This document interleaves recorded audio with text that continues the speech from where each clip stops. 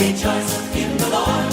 Rejoice in the God of our salvation. Give him the glory. Give him the glory, for he is our King. We are his people. The rains of your love. We feel the winds of your spirit. L'importance de l'offrande dans l'adoration de Dieu. Vous savez, que ce soit dans nos traditions, avec nos parents au village, dans tous les peuples, là où on parle d'adoration, on donne une place importante à l'offrande. Voyez nos parents au village qui vont adorer leurs rivières, leurs montagnes, leurs forêts sacrées. Quand ils vont, dans leur adoration, s'il n'y a pas eu d'offrande, c'est que l'adoration n'est pas complète. Ce qui donne la valeur à leur adoration, c'est l'offrande. Nous aussi, sachant que le diable n'a fait que tricher sur les choses de Dieu. Le diable sait qu'en adorant Dieu, on peut s'enrichir. C'est pourquoi lui aussi, il cherche des adeptes pour l'adorer, pour s'enrichir. D'ailleurs, nous avons les traces dans la parole de Dieu, dans Luc chapitre 4, quand le diable tentait Jésus. La troisième tentation, il le fait monter sur une montagne et lui dit, regarde tout le royaume de la terre et ses richesses et sa gloire. Si tu te prosternes et tu m'adores, je te le donne. Donc, le diable sait que pour obtenir une bénédiction, il faut l'adoration. Mais ce n'est pas le diable qui l'a créé, c'est Dieu qui l'a institué.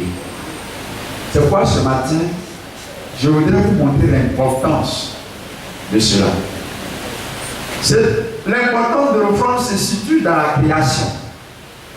Quand Dieu créait l'homme, Genèse chapitre 1, Dieu a créé l'homme, il n'avait pas encore donné d'indication sur les offrandes.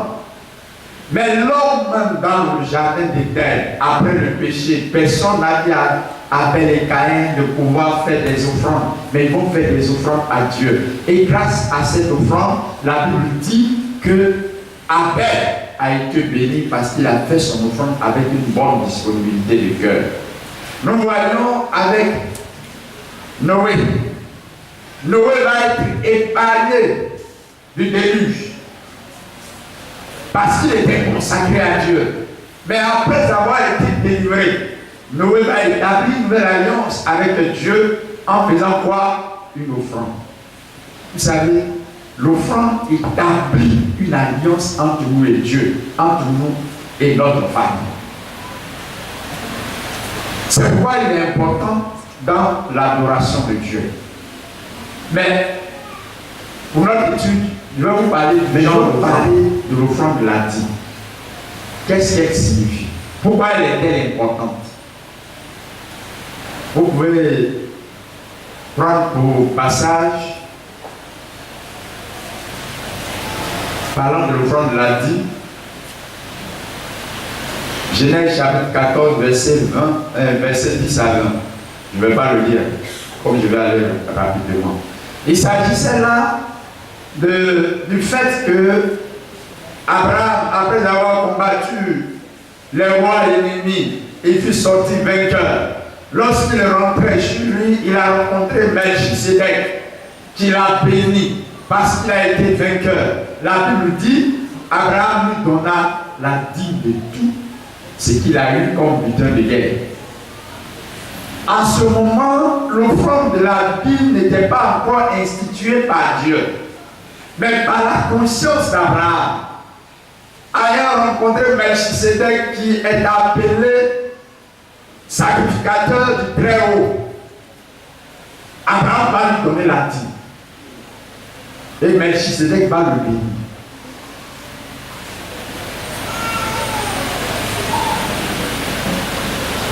C'est la première fois,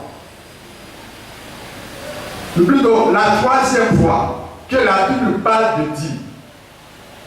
La première fois, C'est lorsque Abraham a donné la dîme à Melchisedec. La deuxième fois, c'est lorsque Jacob a promis à Dieu, si Dieu le guérissait, Dieu le gardait dans son voyage. Quand il partait chez son oncle Laban et qu'il revenait avec des richesses, il lui donnera la dîme. C'est la deuxième fois qu'il a mis le nom de la dîme. Genèse, chapitre 28, verset 22. La troisième fois où la Bible nomme la dîme, nous le trouvons dans Lévitique 27, verset 30 à 37. C'est la troisième fois où la Bible parle de la dîme comme loi établie par Dieu pour dire que cela est important aux yeux de Dieu. Puisque Dieu l'établit comme loi, tout ce qui est forme de loi est important. Vous êtes d'accord? Donc, l'offrande de la dîme a une place très importante dans notre adoration de Dieu. Elle nous révèle plusieurs vérités sur notre adoration, notre relation avec Dieu. Première vérité que l'offrande de la dîme nous révèle. La première vérité est que Dieu nous donne cette responsabilité d'accomplir notre part de son service au plan matériel. Nous avons été sauvés, nous appartenons au peuple de Dieu. Mais le peuple de Dieu a besoin de s'épanouir, de grandir, d'être nourri au plan spirituel comme au plan social. Notre part de responsabilité que Dieu nous confie dans ce service au plan matériel, c'est d'apporter nos offrandes de la dîme. Donc, cela signifie qu'en apportant notre dîme dans la maison de Dieu, nous disposons notre cœur et notre bien entre les mains de Dieu pour le servir. Les évangélistes m'ont bien compris. Quand j'apporte ma dîme, je dispose mon cœur, je dispose mes biens, tout ce que j'ai comme bien pour le service de Dieu. Parce que c'est ma part de responsabilité. J'ai été sauvé pour servir, certes, pour gagner des âmes. Mais les âmes qui vont venir auront des besoins. Ces besoins, qui va pouvoir ces besoins? En apportant ma dîme, alors je dispose mon cœur, mon âme, mon esprit et mes biens au service de ce Dieu que j'ai aimé, avec qui je marche. Alléluia. Donc, en ne le faisant pas, je ne remplis pas ma part de responsabilité dans ce domaine. Et Dieu va nous en demander compte. Il y a des gens qui pensent que le fait de ne pas payer sa dîme, ça ne fait rien. Dans le ciel, Dieu va nous demander compte. Qu'est-ce que tu as fait de tout ce que je t'ai donné comme bien? Comment tu l'as géré par rapport à mon service? Dieu va nous demander compte. Souvenez-vous de la parabole des talents. Le chef de la maison en voyageant, il a donné 2 talents, 1 talent, 2 talents, 3 talents. Celui qui en a reçu 3 en a mis en valeur. Celui qui en a reçu 2 en a mis en valeur. Celui qui a reçu 1 n'a pas mis en valeur. À la fin, lorsque Dieu, le propriétaire, lui a demandé compte, il n'a pas pu rendre compte convenablement, il a été jeté dehors. Ça veut dire, tout ce que Dieu nous donne, comme bien, comme salaire, comme bénéfice de notre travail, nous devons le disposer entre les mains de Dieu pour le servir dans sa maison. Voilà la première signification de la dîme. Deuxième signification, prenez les références, arrivez à la maison, vous allez les lire. Nombre chapitre 18, verset 21 à 23. Néhémie chapitre 10, verset 37. Néhémie chapitre 12, verset 44. Néhémie chapitre 13, verset 10 à 13. Et Malachie chapitre 3, verset 10. Dans tous ces textes, vous verrez que quand Dieu nous permet de travailler et nous demande de lui apporter sa dîme, il nous met en face de notre responsabilité par rapport à notre service dans la maison de Dieu. Deuxième vérité.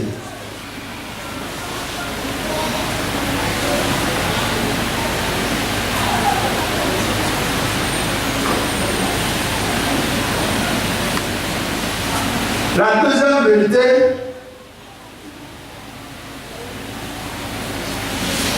c'est que l'important l'offrande de la vie, c'est ouvrir les portes de la bénédiction sur nous et sur notre famille.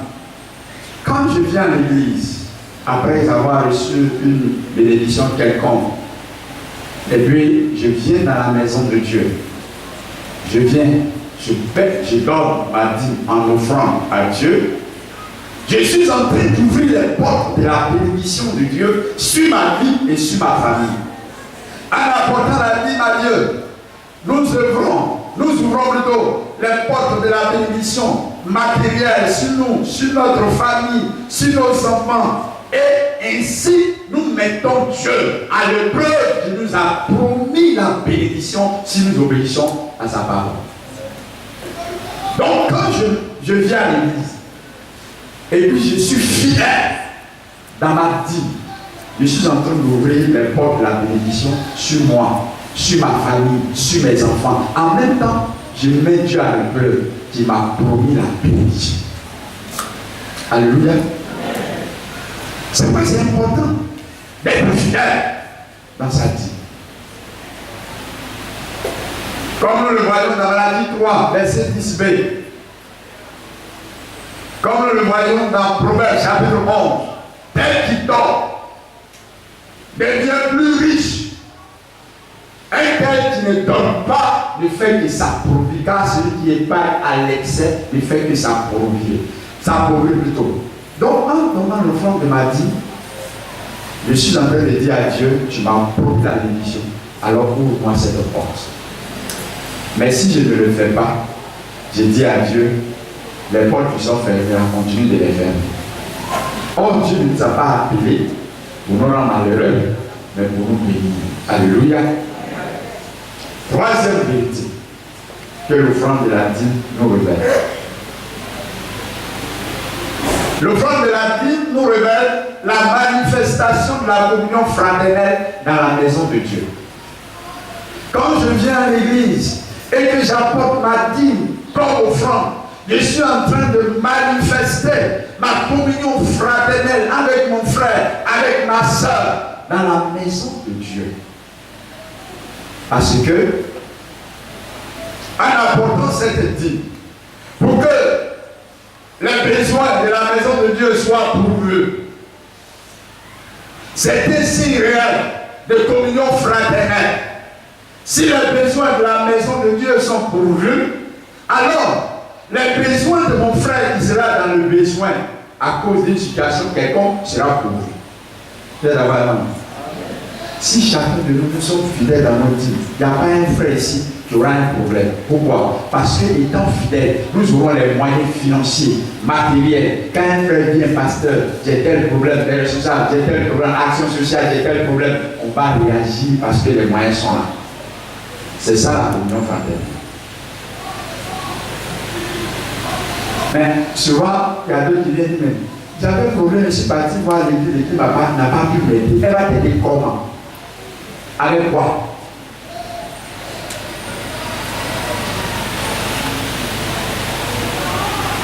Donc, si j'apporte ma dîme, c'est que je suis en train de pouvoir aux besoins, au trésor de la maison de Dieu d'être garni, pour que ce même trésor puisse servir à la maison de Dieu et à nos frères, à nos sœurs. Vous savez, comme je le disais dimanche, nous n'avons pas de subvention. Il y a des églises, telles que les églises catholiques, méthodistes et autres, on a des subventions. C'est pas souvent on est étonné de voir ils construisent des grands temples. Eux, là, ils sont subventionnés par le Vatican, par les États-Unis, tout ça. Nous, on n'a pas de subvention. Notre subvention, c'est nos dîmes et nos offrandes. C'est notre subvention. La même dîme que tu apportes dans la maison de Dieu, la même dîme te retourne quand tu es dans le besoin. La dîme que tu apportes dans la maison de Dieu, elle est ton frère quand il est dans le besoin. Elle est ta soeur quand il est dans le besoin. Moi, je connais une église. Tellement les dîmes rentrent. Les frères, les gestionnaires avec le pasteur ont émargé une rubrique sociale. Donc, ça veut dire quand les dîmes rentrent, ils s'arrangent à mettre de l'argent de côté. Jusqu'à la fin du mois, ils peuvent rassembler 500 000, 800 000, voire 1 million.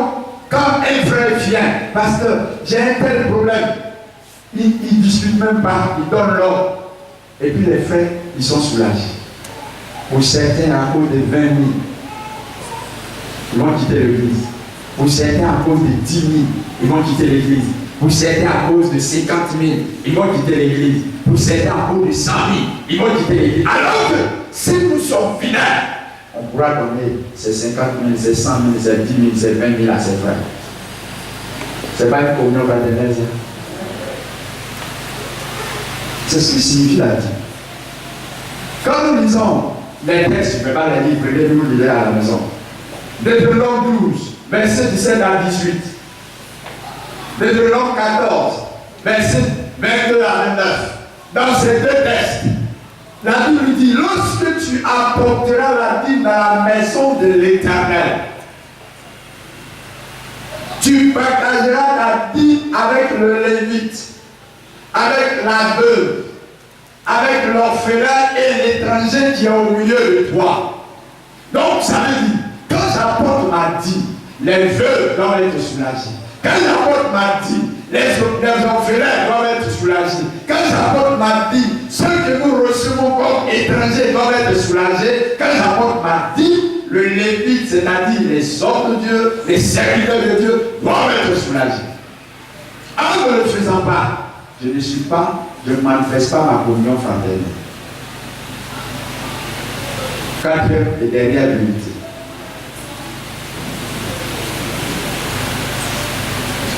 Quand j'apporte l'offrande de ma dîme, je garantis la victoire de Dieu sur mes biens matériels. Je suis en train de dire à Dieu, tout ce qui m'appartient, veille sur ça. Veille sur ça. Prends soin de ça. Que l'ennemi ne puisse pas me l'arracher. Que les hommes ne puissent pas me l'arracher. Mais toi, Dieu, assure cette garantie de la signification de la dîme. C'est pourquoi très souvent, ceux qui obéissent à l'apportant la dîme à la maison de Dieu, nous verrons une certaine prospérité dans leur vie. Nous verrons cette prospérité qui va se manifester par bien d'autres choses, c'est-à-dire les promotions, bien des choses, mais surtout, lorsqu'il y a des difficultés qui sont semblables à une action diabolique, nous voyons la main de Dieu qui s'étend sur nous pour nous protéger. Alléluia. Il y a un frère ici, il a rendu témoignage. Il était parti au travail. Pour un problème banal, on a failli le renvoyer. Il est ici. Il est venu le voir. Il m'a expliqué son problème. Il lui a demandé, mais est-ce que tu es fidèle dans ta dîme avec Dieu? Il m'a dit, oui, je dis, reste tranquille. Ce problème-là, tu vas résoudre ça. On devait le renvoyer. Mais le jour il est arrivé devant son patron, il dit, quoi, je ne vais pas te renvoyer parce que Dieu a dit à son patron qu'il est bon. Il a gardé son travail. Et même, il est sur la liste d'avoir une promotion. Dieu va te garantir la victoire sur tes ennemis, ceux qui sont en train de fatiguer. Je ne sais pas si c'est ici, il y a ce témoignage. Il était à Pau, il y a un frère qui travaillait avec un monsieur, le monsieur était son patron. Et le monsieur le persécutait. Il créait tous les problèmes. Un jour, il est venu me voir, il dit, il veut démissionner. Il dit, non, il ne faut pas démissionner. Frère, tu es fidèle à tes dîmes. Il dit, oui. Il dit, reste tranquille. Dieu va te donner la victoire sur cet homme-là. Reste tranquille. Prie seulement. Dis au Seigneur de te garder, de garder ton travail. Mais ton ennemi là, Dieu va lui montrer qu'il est Dieu. Et puis, le frère Il est resté tranquille, il est parti au travail. Un matin, il arrive, il demande après son patron, on dit on l'a renvoyé.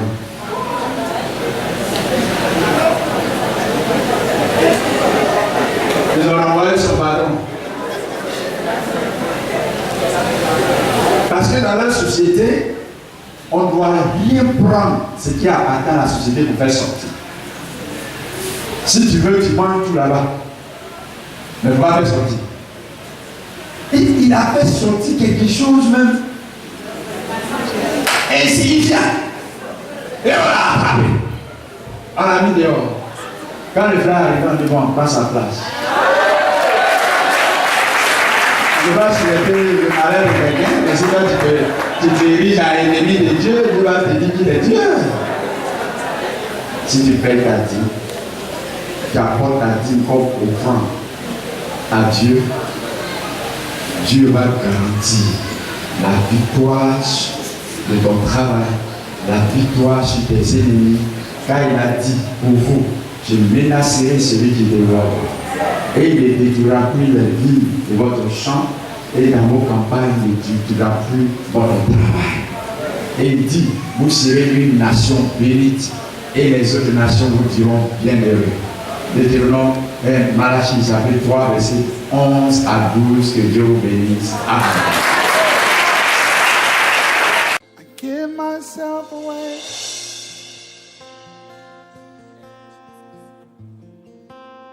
I give myself away so you can use.